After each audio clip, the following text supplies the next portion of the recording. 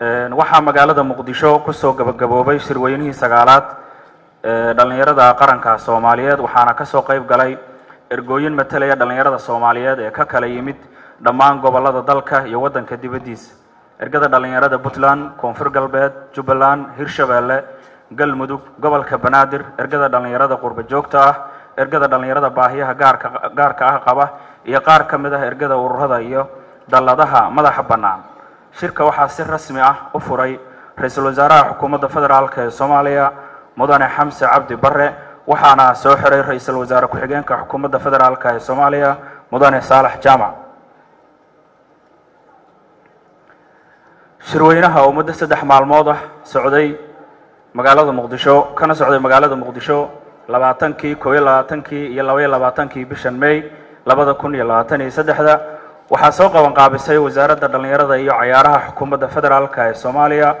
oo u xil saaran jihaynta abaabulka iyo ka faa'iideysiga awoodaha dihan iyo hindisaha iyo hal abuurka dhalinyarada Soomaaliyeed.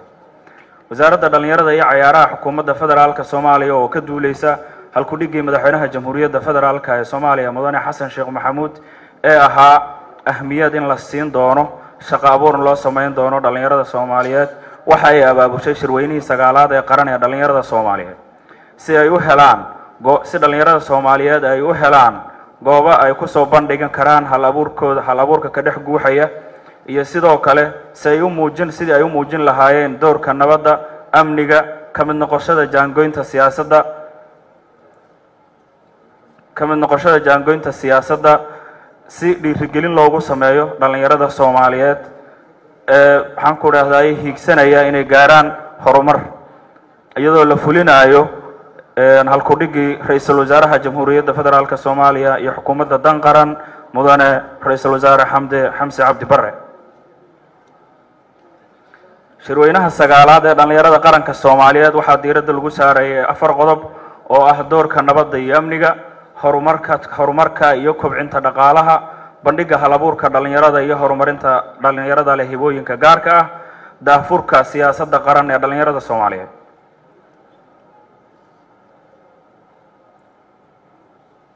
ujeedooyinka laga leeyahay shirweynaha waxa ugu waaweyn 4 qodob ee soo socota waa in la helo dhalinyaro Soomaaliyeed oo isku xiran kuna xiran laamaha amniga si ay uga qayb qaataan nabadgelyada iyo amniga dalka. waa in dhalinyarada Soomaaliyeed ay helaan goobo ay ku soo bandhigi karaan hibooyinkooda iyo hal abuurkooda gaarka ah. waa in shirkadaha gudaha, kuwa dibadda, hay'adaha iyo ganacsatada inay maalgashi ku sameeyaan fikradaha tayada leh ee dhalinyarada Soomaaliyeed. waa in dhalinyarada Soomaaliyeed ay maanta helaan fursad sida dhalinyarada Soomaaliyeed ay haysta fursadda sida kuwa siyaasadda ku jira, ciidamada, gudoomiyaasha degmooyinka, maamulayaasha shirkadaha gaarka loo leeyahay, kuwa inay u abuuraan space ama fagaare ay dhalinyarada kale ee iyaga ku soo xigaahi ay ku soo hiran karayaan.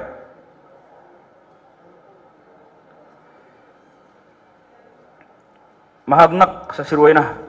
shirweynuhu waxa uu mahad celinayaa madaxweynaha Jamhuuriyadda Federaalka Soomaaliya Mudane Xasan Sheekh Maxamuud iyo Ra'iisul Wasaaraha Xukuumadda Federaalka ee Soomaaliya Mudane Xamse Cabdi Barre oo mudnaan siiyay kaalinta dhalinyarada Soomaaliyeed ee ka qaybgalka hogaaminta dalka. shirweynuhu waxa uu si gaar ah ugu mahad celinayaa wasiirka wasaaradda dhalinyarada iyo ciyaaraha Xukuumadda Federaalka ee Soomaaliya Mudane Xildhibaan Maxamed Barre Maxamuud kaalintiisii hogaamineed ee isku duubnida iyo isku xirka barnaamijka horumarinta dhalinyarada iyo horumarinta ciyaaraha dalka. shirweynuhu waxa uu mahad celinayaa xildhibaanada, wasiirada, culimada, marti sharaftii ka soo qayb gashay kelmadaha ka jeediyay madashan shirweynaha sagaalaad ee dhalinyarada qaranka Soomaaliyeed. shirweynuhu waxa uu mahad celinayaa hay'adaha qaramada midoobay iyo kuwa caalamiga ah ee garab istaaga u muujiyay dhalinyarada Soomaaliyeed ee ka soo kabanaya dhibaatooyinka hiigsanayana horumarka.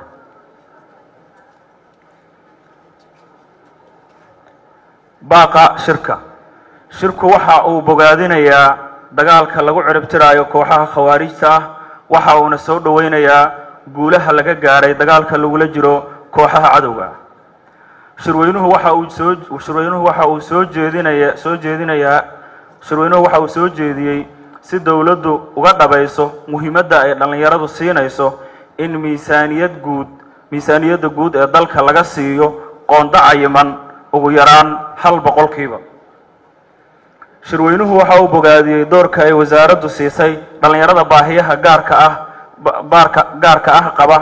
hadday noqon lahayd taageero dhiirigelin iyo inay qayb ka noqdaan howlaha wasaaradda. shirweynuhu waxa uu soo jeedinayaa in wasaaraddu kaalin hagid iyo jihayn ah ku yeelato mashaariicda horumarinta dhalinyarada ee dalka ka socda si loo nidaamiyo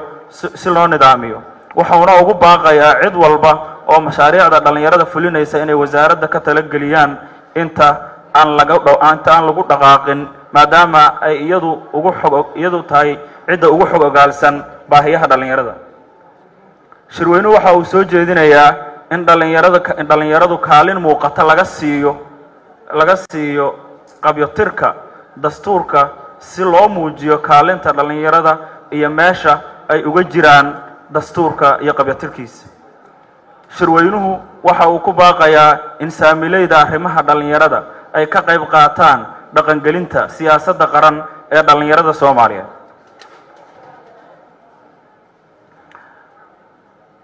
shirweynuhu waxa uu ku baaqayaa in la sameeyo golaha dhalinyarada Soomaaliyeed. shirku waxa uu hay'adaha caalamiga ah ugu baaqayaa in ay kaalinta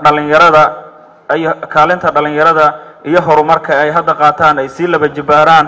ayna kala shaqeeyaan wasaaradda dhalinyarada iyo ciyaaraha wax walba oo la xiriira arrimaha dhalinyarada iyo horumarintooda. ugu dambeyn shirku waxa uu baaqayaa dhammaan dhalinyarada Soomaaliyeed meel walba ay joogaan inay sameystaan fagaarayaal ay ku soo bandhigaan awoodahooda dihan ayna isku muujiyaan si loo tixgeliyo awoodooda dihan ee aan wali la soo bandhigin. Wassalaamu calaykum waraxmatullaahi wabarakaatuh.